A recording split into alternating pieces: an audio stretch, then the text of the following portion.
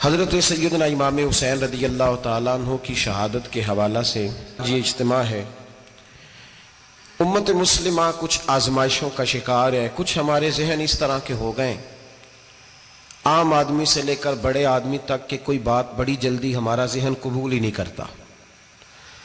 کسی دوسرے کی طرف جانا یا کوئی اور بات کرنا یہ تو بڑی لمبی بات ہے، عام جو سادی باتیں ہیں وہ بھی ہمارے ذہن مشکل سے قبول کرتے ہیں۔ چونکہ شکوک اتنے ڈال دیے گئے ہیں، شک اتنا پیدا کر دیا گیا ہے، تفریق اتنی ہے، بدگمانی اتنی ہے، بری سوچ اتنی زیادہ ہے، بڑی مشکل ہے لوگوں کا کچھ چیزوں کو قبول کرنا۔ ہم لوگ جو ڈیوٹی کرتے رہتے ہیں تھوڑی تھوڑی، تو ہم اصل میں اذان دیتے ہیں، صرف اذان دیتے ہیں کہ چلو بتا دے لوگوں کو کہ نماز کا وقت ہو گیا ہے، باقی اس سے زیادہ ہم اپنی حیثیت نہیں سمجھتے۔ اذان دینا ذمہ داری ہے، تو اللہ تعالیٰ جب تک موقع دے گا اذان ہوتی رہے گی۔ کچھ لوگ صحابہ کے بارے میں کمزور جملے بولتے ہیں، غلط باتیں کرتے ہیں، کچھ اہل بیت نبوت کے بارے میں غلط باتیں کرتے ہیں۔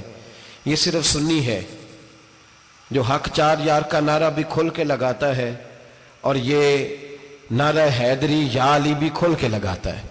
یہ اللہ نے صرف ہمیں مقام، وہ الگ بات ہے کہ ہم لوگ سننے کو تیار نہیں، سمجھنے کو تیار نہیں کہ اللہ نے ہمیں مرتبہ کتنا عطا فرمایا ہے۔ یہ صرف ہماری امام حسین کی شہادت کا کچھ تھوڑا سا پس منظر۔ شہادت ہمارے ہاں بیان ہوتی ہے اس انداز میں کہ لگتا ہے کہ کسی مظلوم بندے کو کسی نے پکڑا ہوا تھا تو وہ سارے اسے مار رہے تھے اور وہ منتیں کر رہا تھا کہ مجھے نہ مارو۔ اتنی ہائے ہائے کی جاتی ہے کہ محسوس ہوتا ہے کہ امام علی مقام بڑے پریشان تھے کہ کسی طریقے سے، اور ان کا خاندان بڑا تکلیف میں تھا کہ جلدی کہیں کربلا سے نکل جائیں۔ حالانکہ اس دھرتی پہ، اس کائنات پہ صبر، شجاعت، استقامت اور حوصلہ جس سے کائنات سیکھے گی وہ صرف امام حسین ہی ہے۔ اتنے بڑے صابر آدمی کے بارے میں اس طرح کا رویہ اختیار کرنا کہ وہ تو گویا اس طرح کر رہے تھے کہ بس کسی طریقے سے میری تو یہ امام حسین کی مظلومیت سنا کے لوگوں کو اس طرح کا کر دیا جاتا ہے، یہ انداز بتایا جاتا ہے کہ شاید واقعہ کربلا رونے دھونے کا نام ہے، حالانکہ بات یہ نہیں ہے۔ یزید کی لشکر جو امام حسین کے مقابلے میں آیا، امام حسین کے لشکر کی تعداد 72 تھی، تو یزید نے 22,000 آدمی، مجھے بتائیے 72 کا 22,000 سے کو مقابلہ ہوتا ہے؟ بولیے۔ عمر بن سعد نے پھر عبید اللہ ابن زیاد کو لکھا کہ 22,000 بندے تھوڑے ہیں، کچھ بندے زیادہ بھیج۔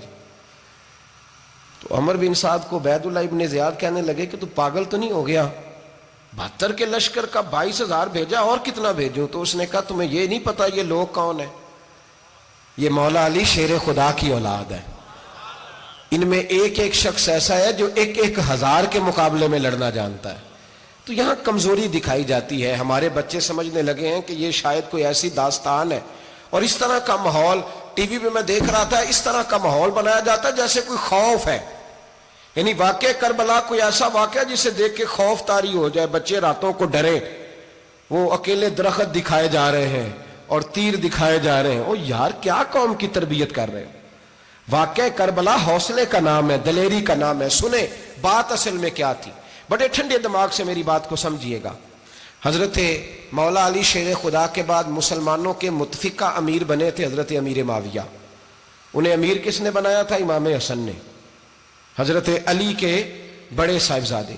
حضرت امام حسن نے ان سے صلح کی، انہیں خلافت دی، اور صحیح بخاری میں نبی پاک نے فرمایا تھا میرا بیٹا حسن سردار ہے، جب مسلمانوں کی جماعتوں میں لہو بہہ جائے گا تو حسن ان کی صلح کرا دے گا۔ وہ صلح امام حسن نے کرائی، جناب امیر معاویہ امیر بن گئے۔ حضرت امیر معاویہ رضی اللہ تعالیٰ عنہ بڑا پیار کرتے تھے نبی پاک سے، بڑا احترام کرتے تھے حضور کے خاندان کا۔ ان کی جو اجتہادی خطائیں ہیں وہ اپنی جگہ پہ موجود ہیں، چونکہ امام حسن نے ان سے صلح کر لی، لہذا ہم بھی ان کے بارے میں کوئی جملہ کہنے کے مجاز، ہماری مجبوری امام حسن ہے، اس لیے کہ جسے امام حسن صحیح کہے پھر امام حسن کے ماننے والے کو اسے غلط نہیں کہنا چاہیے۔ حضرت امیر معاویہ رضی اللہ تعالیٰ عنہ کا جب وصال ہوا تو حضرت امام حسن پہلے ہی ان سے وصال کر گئے، آپ کو زہر دے دیا گیا، آپ شہید ہو گئے۔ امام حسین موجود تھے، تو یزید کے بارے میں لوگوں نے کہا جناب امیر معاویہ سے کہ یہ ٹھیک ہے، مناسب ہے، اور بہادر ہے، دلیر ہے. وہ جو ہوتے ہیں نا خوش آمدی ٹولہ، ہمارے ملک میں جو اچھی خوشامد کرے اسے اچھی وزارت ملتی ہے، اچھی وزارت اسے دیتے ہیں. جو ذرا صحیح بدتمیز بھی ہو اور صحیح وکالت کرنے والا اسے وزارت صحیح دیتے ہیں. تو حضرت امیر معاویہ کے گرد بھی کچھ ایسے لوگ تھے، انہوں نے آپ سے کہا کہ یزید کو نامزد کر دیں. تو آپ نے یزید کو بلایا، حوالہ مجھ سے دیکھ لیجئے گا. بلا کے فرمایا کہ 3 بندوں کے سامنے اپنی خلافت پیش کرنا، اگر وہ تجھے مان جائیں تو امیر بن جانا، نہ مانے تو چپ کر کے گھر بیٹھ جانا. وہ 3 بندے کون ہیں؟ جناب عبداللہ ابن عباس، حضرت عبداللہ بن زبیر اور امام حسین رضی اللہ تعالیٰ عنہ. یہ وصیت فرمائی جناب امیر معاویہ.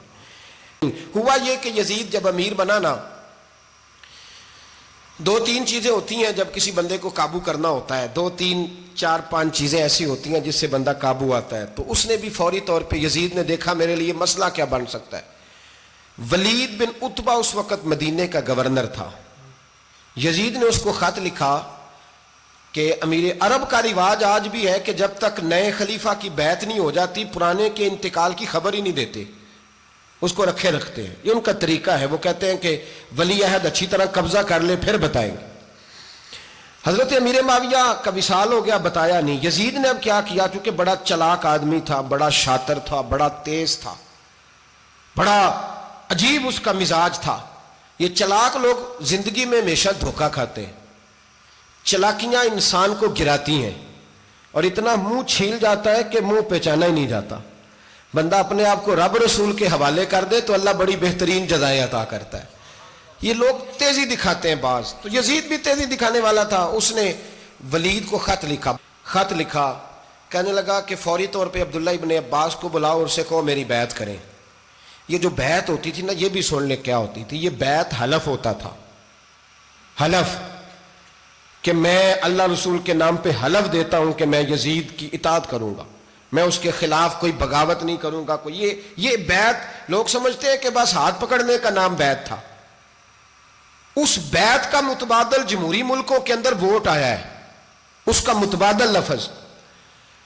تو کہا بیعت کرے. حضرت عبداللہ ابن عباس کو بھی بلاؤ، عبداللہ بن زبیر کو بھی بلاؤ، امام حسین کو بھی بلاؤ. امام حسین آدھی رات کے وقت بیٹھے تھے مسجد نبوی میں، چونکہ 5 نمازوں کی آپ امامت کرتے تھے. ہن اللہ خیر کرے جڑا نماز پڑھائے ہو مولوی تو جڑا ٹل پائے ہو پیر، جڑا مہینہ نہ نہائے چھوٹا پیر تو جڑا 6 مہینے نہ نہائے ہو بڑا پیر. کہتے بابا پہنچے ہیں، کڑے چھڑے جو پہن لیے. بھائی امام حسین تو نمازیں پڑھاتے تھے، مولا علی تو نمازیں پڑھاتے تھے، مسجد کے خطیب تھے. اب اس کو تو مولوی کہہ دیا جاتا ہے بیچارے کو. تو ملنگ کون ہوتا ہے جی؟ کہتے جڑا کپڑے کٹ پائے. کیا تماشا ہے، قوم جدھر دل کرتا ہے نکل جاتی ہے. امام حسین نماز پڑھا کے عشاء کی بیٹھے تھے جناب عبداللہ بن زبیر. عبداللہ بن زبیر کون تھے؟ یہ نبی پاک صلی اللہ علیہ وسلم پھپھی کے پوتے تھے اور جناب صدیق اکبر کے نواسے تھے. حضرت عبداللہ بن زبیر اور جناب زبیر بن عوام عشرہ مبشرہ صحابی ہیں، ان کے بیٹے تھے. بہت زیرک آدمی تھے. یہ بھی امام حسین کے پاس بیٹھے تھے. عبداللہ ابن عباس بھی تھے جو حضور کے چچا کے بیٹے ہیں، اس امت کے پہلے مفسر ہیں قرآن پاک. یہ لوگ بیٹھے تھے. تو ولید نے ایک بندہ بھیجا، اس نے آ کے کہا جناب آپ کو گورنر صاحب نے بلایا ہے. تو عبداللہ بن زبیر کہنے لگے حسین اس وقت بلانے کی بات سمجھ میں نہیں آئی. تو امام حسین بڑے بصیرت والے تھے، اللہ نے بصیرت دی تھی. کہنے لگے عبداللہ آپ کو سمجھ نہیں آئی، مجھے سمجھ آ گئی ہے، امیر معاویہ وصال کر گئے اور یہ ہمیں جو بلایا گیا ہے نا، یہ یزید کی بیعت کے لیے بلایا گیا ہے. تو کہا پھر آپ آدھی رات کو نہ جائیں، آپ کے لیے خطرہ ہوگا. تو امام حسین فرمانے لگے خطرہ حسین کو نہیں ہوتا، حسین کو خطرہ نہیں. کہا پھر بھی آپ مہربانی کریں ذرا احتیاط سے جائیں. تو جناب عبداللہ ابن زبیر نے، عبداللہ ابن عباس نے 14 بندے نیزے دے کے، تلواریں دے کے امام حسین کے ساتھ بھیجے اور کہا کہ امام حسین اگر اس نے کوئی غلط ملت بات کی نا، زبردستی بیعت کرنے کا کہا، تو آپ بس کوئی ایک بات اونچی آواز میں کر دینا، یہ سپاہی پیچھے آ جائیں گے. امام حسین ان 14 بندوں کو لے کے گورنر ہاؤس پہنچ گئے. جب آپ وہاں پہنچے اس نے بتایا، اس نے کہا جی حضرت امیر معاویہ انتقال کر گئے اور آپ نے یزید کی بیعت کرنی ہے. تو امام حسین فرمانے لگے میں چھپ کے بیعت نہیں کروں گا. مجمع لگاؤ، جمعے والے دن اعلان کرو. جو طریقہ ہے حضرت ابو بکر صدیق کا، جو طریقہ ہے حضرت عمر فاروق کا، جو انداز حضرت عثمان غنی کا ہے، جو مولا علی کا ہے، سر عام اعلان کرو. اگر ساری دنیا یزید کی بیعت کرے گی تو میں بھی تیار ہوں. تم مجھ سے بیعت لے کے پھر لوگوں کو بتانا چاہتے ہو کہ حسین بیعت کر رہے ہیں تو تم کیوں نہیں کر رہے؟ میں عام آدمی نہیں ہوں لہذا چھپ کے بیعت نہیں کرتا. جب یہ بات کی نا تو ولید بڑا نرم دل تھا اور امام حسین کی شان کو جانتا تھا. وہ جانتا تھا یہ نبی پاک کا خاندان ہے. اس نے کہا جی مجھے تو حکم تھا، باقی آپ حضور کے نواسے ہیں، میں کر کچھ. وہاں ایک بڑا بدبخت شخص بیٹھا تھا، عبد الملک بن مروان. وہ ولید سے کہنے لگا کہ اگر حسین آج تمہارے ہاتھ سے نکل گئے تو تمہارے لیے بہت بڑا مسئلہ کھڑا ہو جائے، انہیں جانے نہ دینا، یا بیعت کراؤ یا ان سے کہو جنگ کے لیے تیار ہو. تو امام حسین رضی اللہ تعالیٰ عنہ کے کانوں میں آواز گئی تو فرمانے لگے ابن مرجانہ، اگر تیرے اندر جرت ہے تو آ سامنے حسین کے، اس کے کانوں میں باتیں نہ کر، کانا پھوسی نہ کر، باہر آ میدان میں، شرارت نہ کر، باہر آ، میں تمہیں ابھی بتاتا ہوں کہ حسین سے مقابلہ کرنے کا انجام کیا ہے. یہ کہہ کہ امام حسین باہر نکلے، اپنے بھائی محمد بن انفیہ کو بلایا، عبداللہ بن زبیر، عبداللہ ابن عباس، ڈھیر سارے لوگ اکٹھے ہو گئے. فرمایا یہ معاملہ ہے، اب کیا کرنا ہے. یاد رکھیں ووٹ برادری کا نہیں ہوتا، ووٹ برادری کا نہیں، ووٹ دین کا ہوتا ہے. جو بندہ دین کے، ملت کے، مذہب کے معیار پہ پورا نہ ہوتے اسے حکمت کے تحت بھی ووٹ دینا جائز. ہاں یہ بات سچی ہے تو بہرحال سچی ہے، یہ یاد رکھ لے. ہمارے ووٹ سے کوئی ایم این اے، ایم پی اے جتنے ظلم کرے گا، ووٹ دینے والا اس کے ظلم میں شریک ہوگا، بالکل 100%. یہ لکھ لیں بات. ہم اس وقت بڑی جلدی، پتہ نہیں ہمیں کیا مسئلہ ہو جاتا ہے، اتنی مصیبت انہیں نہیں بنی ہوتی، نہیں یہاں بنی ہوتی ہے. خدا کا خوف کریں. امام علی مقام ووٹ ہی مانگ رہا تھا نا یزید، اور پھر اس نے بڑے بڑے لالچ دیے. اس نے کہا کہ آپ 5-4 صوبے ہیں جس کی گورنری مرضی رکھ لیں، دولت آپ کی مرضی کی. تو پھر آج ہمیں بھی لوگ مشورہ دیتے ہیں، کہتے ہیں مسجد میں سیاست نہیں ہونی چاہیے. میں نے کہا کیا کریں، یہ امام حسین ہمیں مجبور کر گئے، کوئی نہ کوئی بات کرنی پڑ ہی جاتی ہے. امام علی مقام نے فرمایا چھپ کے ووٹ کی بات، بیعت کی بات نہیں ہو سکتی. آپ نے جا کے لوگوں سے مشورہ کیا تو وہ کہنے لگے حضور وقت ابھی مناسب نہیں ہے، آپ اس طرح کریں یہاں رکیں، ہم مکے سے، عراق سے، کوفے سے لوگوں کو بلاتے ہیں، یہاں ایک بڑی مجلس مشاورت قائم کرتے ہیں. امام حسین فرمانے لگے اگر تم مشاورت قائم کرو گے تو ولید اور عبد الملک بن مروان وہ تو جنگ کرنے کو تیار ہے، اور نبی پاک نے فرمایا ایک مینڈا ہوگا جس کی وجہ سے مدینے کی گلیوں میں لہو بہے گا. فرمانے لگے میں وہ بکرا، وہ مینڈا نہیں بننا چاہتا. کہا پھر آپ کیا کریں گے؟ تو امام حسین رو پڑے، فرمانے لگے میں مدینہ چھوڑ جاؤں گا لیکن مدینے کی حرمت پامال نہیں ہونے دوں گا. امام علی مقام آدھی رات کے وقت نکلے. سیدہ فاطمہ کا دروازہ ایک اس دن تھا جس دن حضرت مولا علی کوفے چلے گئے تھے، اور دوبارہ آج تالا لگا جب امام حسین نکلے. آپ جنت البقیع کے پیچھے کھڑے ہو کے حضور کا روضہ دیکھنے لگے. اس وقت گنبد تو نہیں ہوتا تھا، روضہ دیکھنے لگے. نانا تیرے کرم کے خزینے کی خیر ہو، میں جا رہا ہوں تیرے مدینے کی خیر ہو. سارا خاندان لے گئے، مکے تشریف لے گئے. حج کے ایام قریب آنے والے تھے. امام حسین نے وہاں لوگوں سے باتیں کی. جب امام حسین وہاں سے پہنچے تو کوفے سے خط آنے لگے. کوفہ حضرت علی کا دارالخلافہ تھا، وہاں آپ کے محبین، پیار کرنے والے ڈھیروں تھے. انہیں خط لکھے کہ حضور آپ چپ کر کے بیٹھے ہوئے ہیں اور ہمارے اوپر یزید مسلط ہو گیا ہے. آپ اگر میدان میں نہیں نکلیں گے، آپ نہیں آئیں گے تو ہم اللہ کی بارگاہ میں شکوہ کریں گے کہ کوئی ہماری کمان کرنے کو تیار ہی نہیں ہوا. اور وہ خط 1 2 3 نہیں آئے، وہ خط اتنے تھے کہ 3 بوریوں میں بھرے تھے امام حسین نے، 3 بوریوں میں. اب مجبوری ہو جاتی ہے، حق کے لیے کئی دفعہ بات کرنا مجبوری ہوتی ہے. اگر نہیں کرے گا تو پھر اس کو بھی قبر میں جواب دینا پڑے گا. امام علی مقام رضی اللہ تعالیٰ عنہ نے مکے میں اب لوگوں کو جمع کیا مشورے کے لیے. ہر بندے نے کہا حضور وہ بلا تو رہے ہیں پر اپنے وعدوں کے پکے بڑے کم لوگ ہوتے ہیں، بڑے کم لوگ. جسے زندگی ہو پیاری وہ یہیں سے لوٹ جائے. میرے قافلے میں شامل کوئی کم ظرف نہیں ہے. بڑے کم لوگ ہوتے ہیں جو ارادوں کے، وعدوں کے ہمیشہ ساتھ چلنے کے پکے ہوتے ہیں، ورنہ بڑے لوگوں کو گرمی لگنے لگتی ہے، بڑے لوگوں کی مشکلات آتی ہیں، بڑے لوگ ایسے ہوتے ہیں جن کی مجبوریاں بن جاتی. کہا حضور وہ پکے نہیں، آپ نہ جائیں. ہر بندے نے کہا حالات ٹھیک نہیں، حالات گراؤنڈ ریالٹی صحیح نہیں. یہی مشورہ آج بھی ہر بندہ دیتا ہے، ابھی حالات نہیں. اتنے خراب حالات کبھی نہیں ہوئے تھے جتنے امام حسین کے دور میں تھے. لیکن فرمایا میں دین کے خلاف غلط حکمران کو مسلط ہونے کی اجازت غلط حکمران کو مسلط ہونے کی اجازت مزاحمت کروں گا، مخالفت کروں گا۔ امام کہنے لگے کوئی بات نہیں، وہ میرے ساتھ چلے نہ چلے لیکن میں کوفے جاؤں گا، وہ لوگ میرے ساتھ کھڑا ہونے کو تیار ہے تو وہ جھوٹ ہے یا سچ ہے پر میں چلوں گا۔ جب امام علی مقام نے اصرار فرمایا تو جو آپ کے قریبی صحابہ کرام کی اولادیں تھی ساری، یہ بھی اب بیماری ہے، کچھ لوگ کہتے ہیں جی صحابہ نہیں ساتھ چلے، تو میں کہتا ہوں اہل بیت نبوت کے تو کل افراد 21 تھے، تو 72 میں باقی اولادیں کس کی تھیں؟ وہ ساری صحابہ کی اولادیں تھیں، وہ سارے، پتہ نہیں کیوں اس طرح کا فلسفہ بیان کیا جاتا ہے جس میں حالات خراب ہو۔ حضرت سیدنا امام علی مقام کو جب بہت زیادہ کہا گیا نا تو امام حسین رضی اللہ تعالیٰ انہوں نے فرمایا چلو میں ایک کام کرتا ہوں، مسلم بن عقیل کو بھیجتا ہوں، حضرت علی کے بھتیجے ہیں، امام حسین رضی اللہ تعالیٰ عنہ کے چچا کے بیٹے ہیں، حضرت عقیل کے صاحبزادے مسلم بن عقیل بڑے سمجھدار آدمی تھے، معاملہ فہم تھے، بڑے جری تھے، اتنا زبردست مشورہ کم لوگ دیتے ہیں جتنا حضرت مسلم بن عقیل دیتے تھے۔ ان کو بھیجا گیا کوفے۔ اب اس میں بڑی تفصیل ہے، وہ اپنے 2 بچے بھی لے گئے۔ جب وہ کوفے پہنچے نا تو کوفے پر جناب نعمان بن بشیر کی حکومت تھی، آپ گورنر تھے اور اہل بیت سے بڑی عقیدت رکھنے والے، نرم رویہ۔ عبید اللہ ابن زیاد کوفے کا گورنر نہیں تھا، یہ کسی اور علاقے کا تھا۔ جب آپ وہاں پہنچے تو نعمان بن بشیر نے دیکھا کہ حضرت مسلم بن عقیل آئے ہیں تو لوگ دوڑے ان کی بیعت کرنے، بھاگے، اتنے لوگ جمع ہوئے کہ ایک دن میں 17,000 آدمی نے بیعت کر لی۔